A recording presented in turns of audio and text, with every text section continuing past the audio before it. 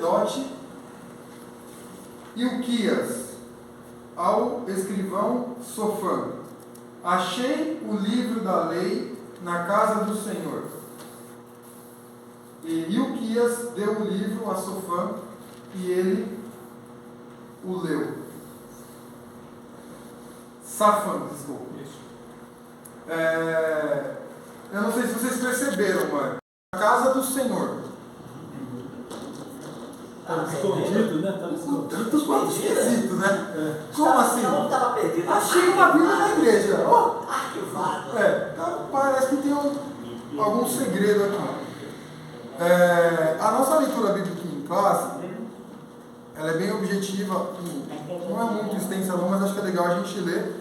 Ela também se contextualiza no segundo livro dos Reis, tá? O capítulo de número 22, o capítulo de número 23, tem alguma coisa? Não, é só... tem também. Então eu vou ler com os irmãos, por favor, tá? Então, para quem está com Bíblia, segundo Reis 22, no versículo 3, pulam alguns aqui, mas vamos lá.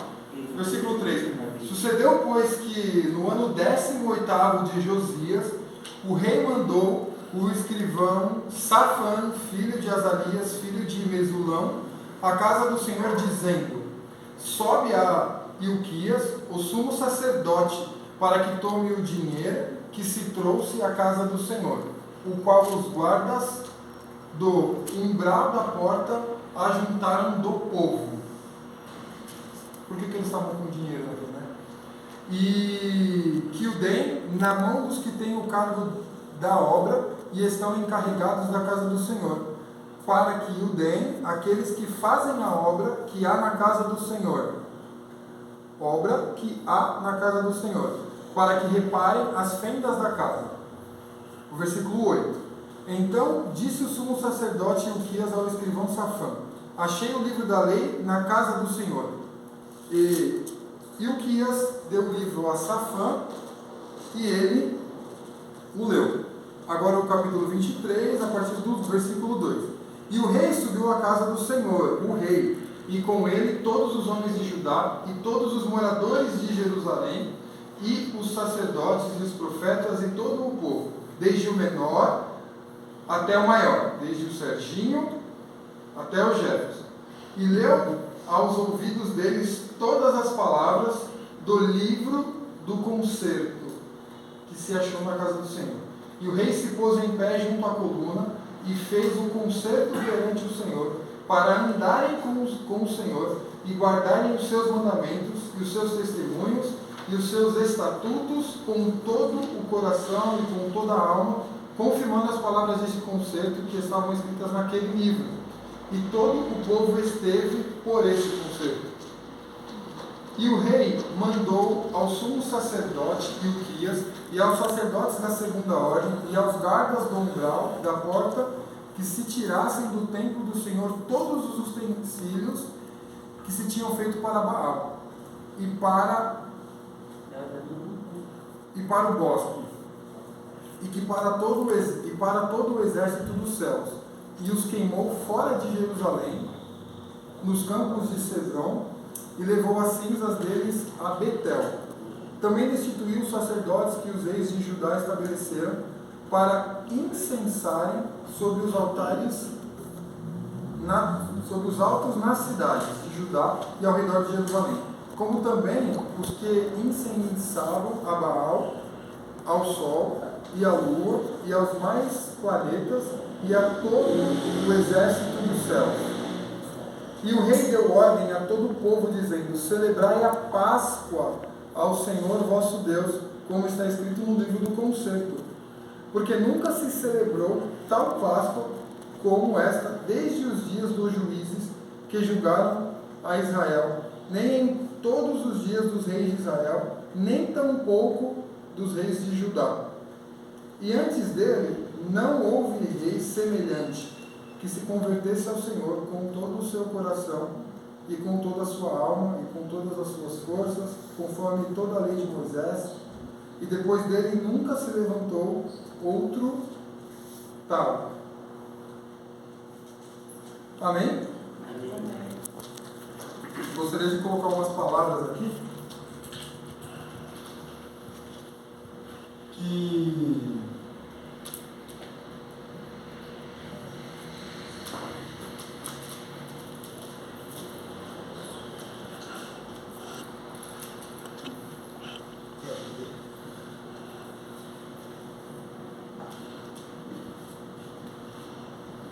difícil não ter secretário, né?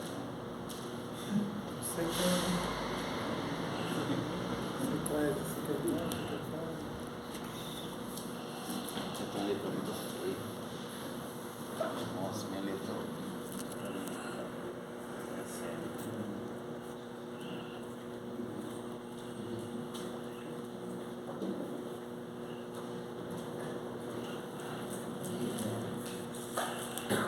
Amados irmãos, eu quero compartilhar aqui ao ler a história de Josias. Eu não sei se foi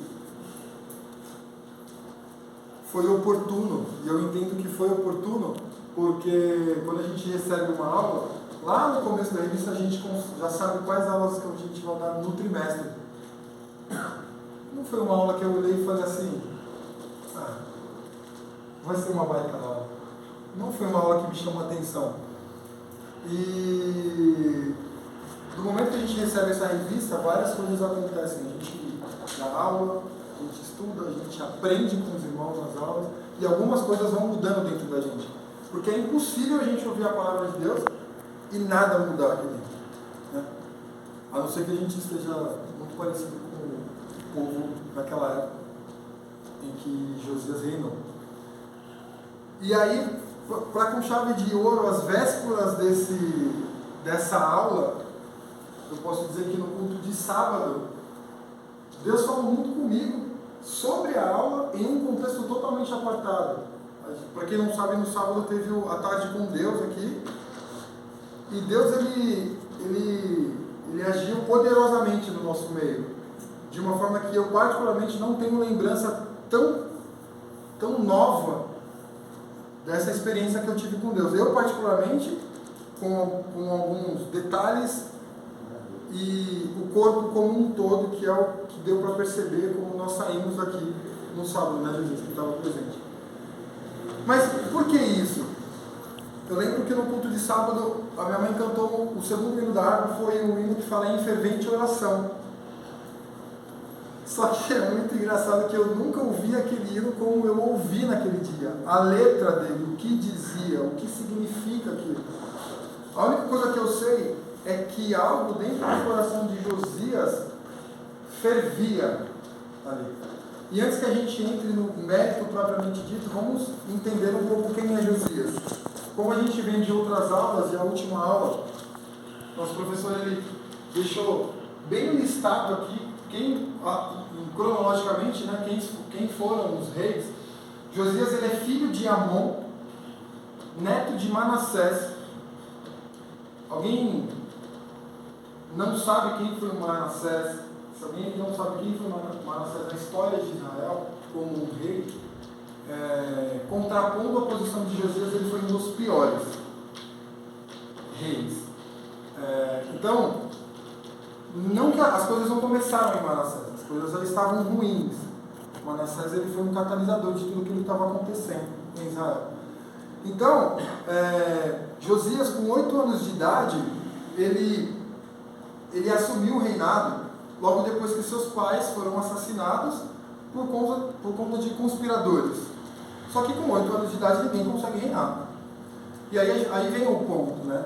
E agora a gente só está falando dos fatos aqui. Ele foi orientado até que ele tivesse competência para poder tomar decisões enquanto rei. Não se sabe exatamente quem o orientou, como foi Joiada, né? Que a Bíblia deixa claro quem foi.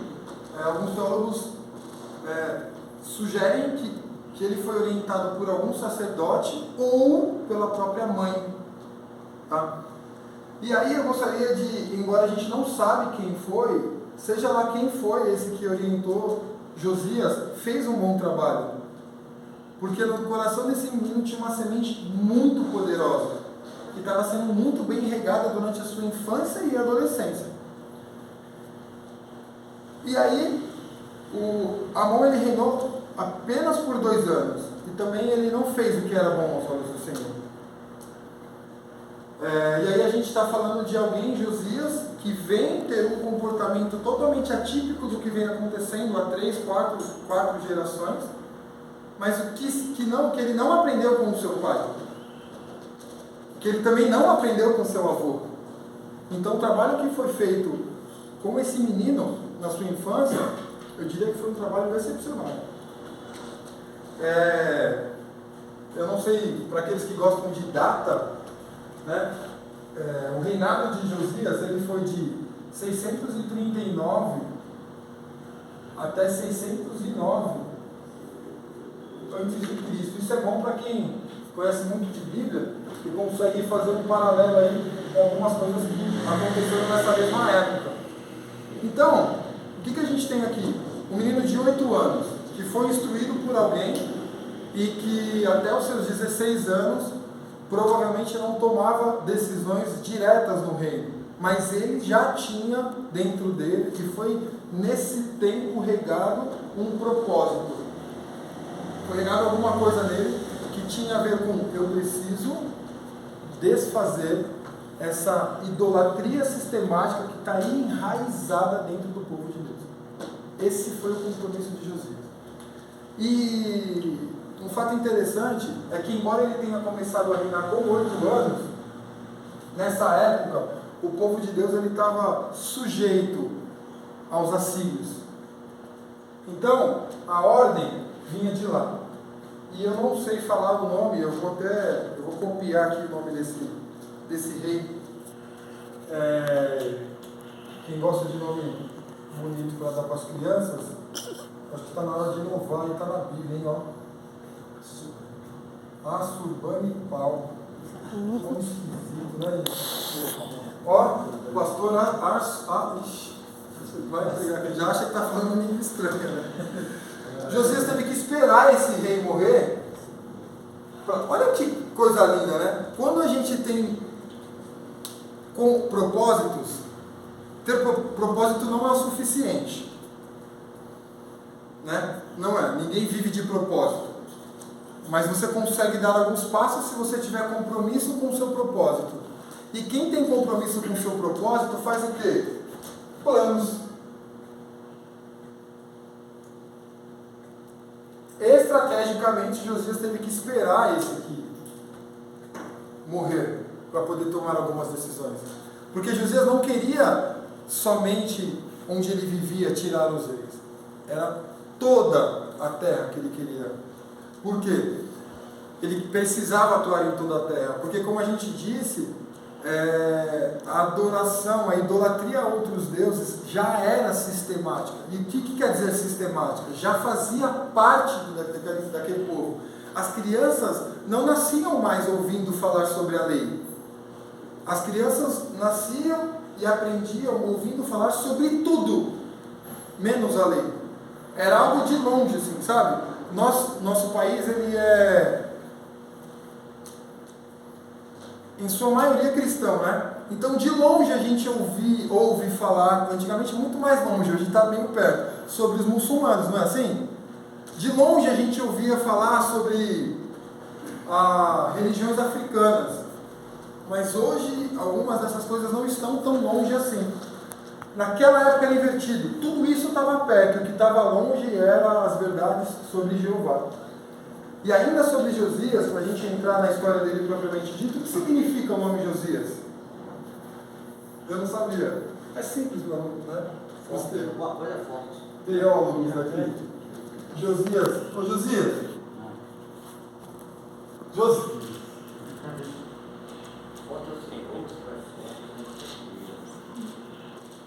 Ó, Iavé sustenta. Pastor, me soletra Iavé, que eu não tenho habilidade aqui. Eu não sei. Tem um monte de HWE. HWE. Sustenta. Esse é o significado do nome de Josias. Então, por que é isso? Para a gente poder saber um pouquinho do começo de quem a gente vai falar. Então a gente vai falar de um garoto que começou a reinar com 8 anos, cujo pai foi assassinado, que tinha reinado apenas 2 anos. Ele foi mentorizado até aproximadamente seus 16 anos, e daí pra frente ele começou o plano dele.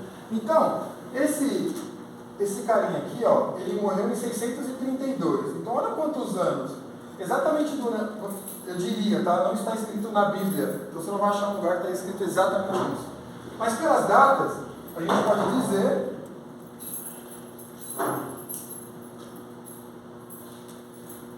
que foram entre 7 e 8 anos aproximadamente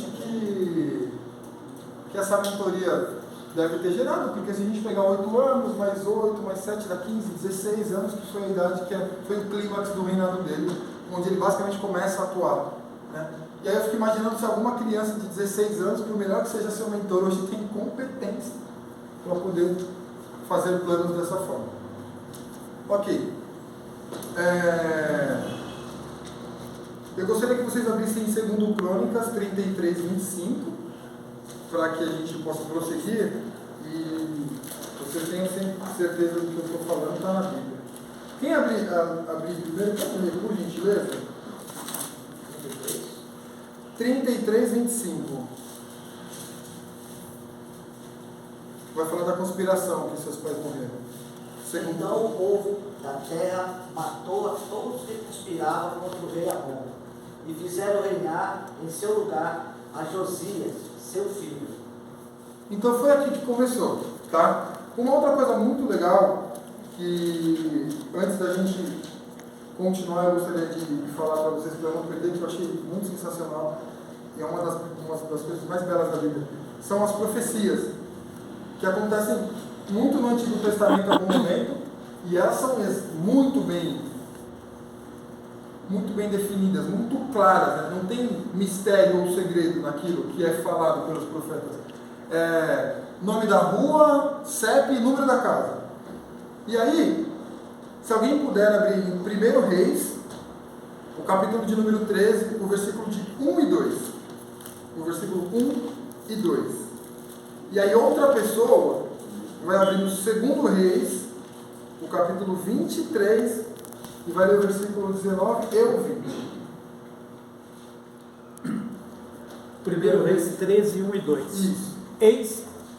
Eis que, por ordem do Senhor, veio de Judá a Betel um homem de Deus, e Jeroboão estava junto ao altar para queimar incenso.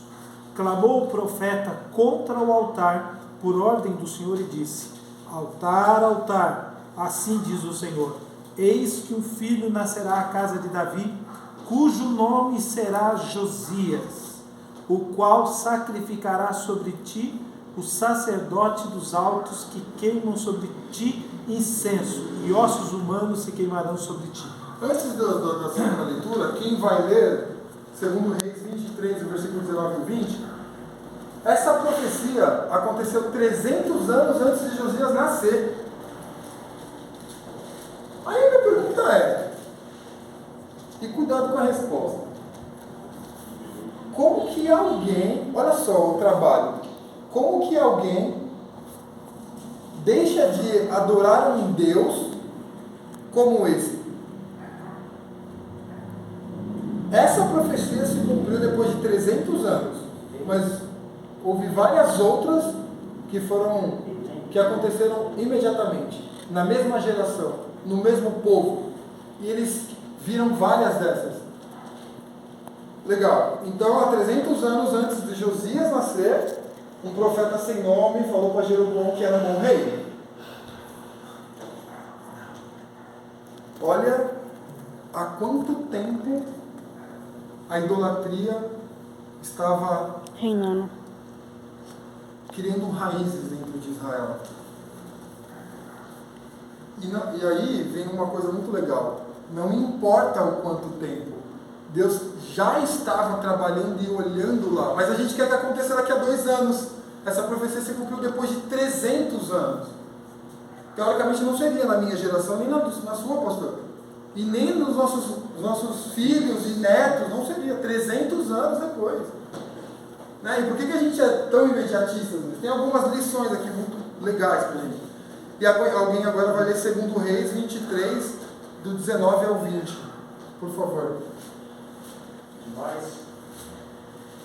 Demais disso, também Josias tirou todas as casas dos altos que havia na cidade de Samaria, que os reis de Israel tinham feito para provocarem o Senhor a ira.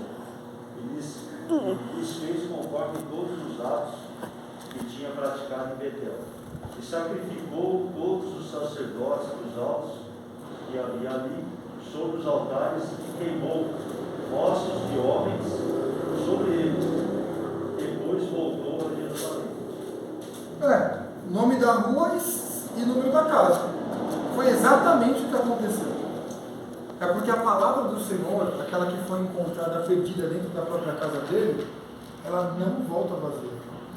Ela se cumpre e ela tem que se cumprir.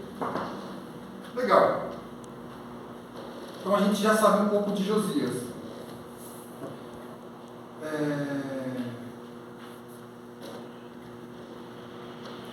O começo de tudo isso, eu diria, não pegando aos mínimos detalhes, foi a ideia de reparar o templo. E pastor, por que ele quis reparar o templo? Eu gostaria que você respondesse para a gente. Estava totalmente abandonado. E o que representava o templo? Por que começar pelo templo? Porque voltar culto, né? A Deus, a presença de Deus. Naquela época, o culto a Deus era prestado em um lugar, que era o templo.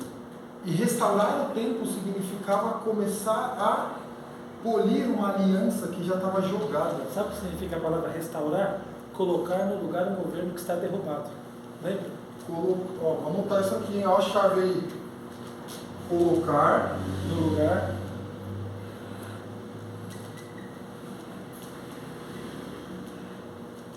Colocar no lugar um governo que está derrubado. É do governo de Deus.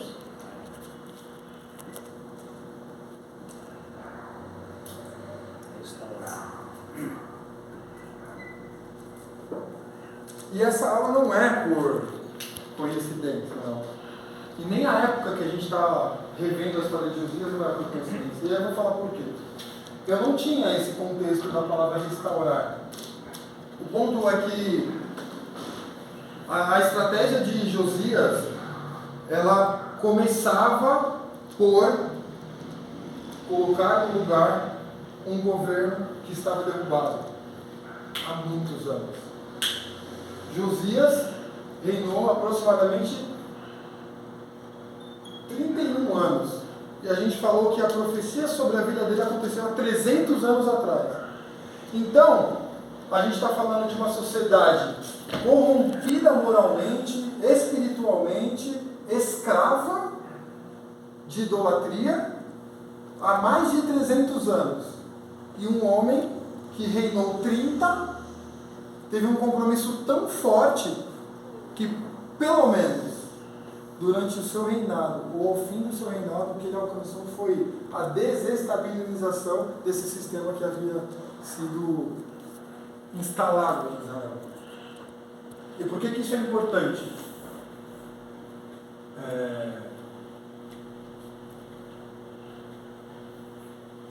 Porque alguém tem que estar muito compromissado, né? Para olhar para trás e a perder de vista aquele cenário que ele quer desconstruir, está instalado. Ele tem que estar muito compromissado.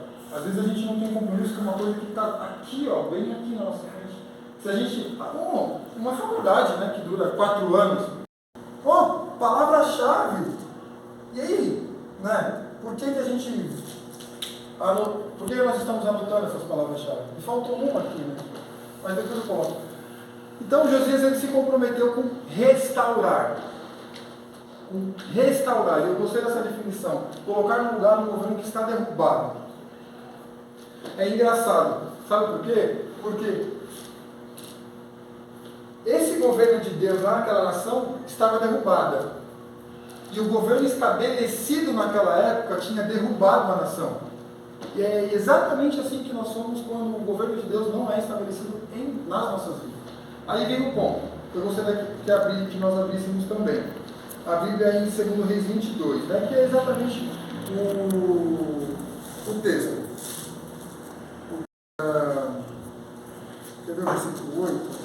Então disse o sumo sacerdote Ilquias ao escrivão Safã: achei o livro da lei na casa do Senhor. E Ilquias deu o livro a Safã e ele o leu.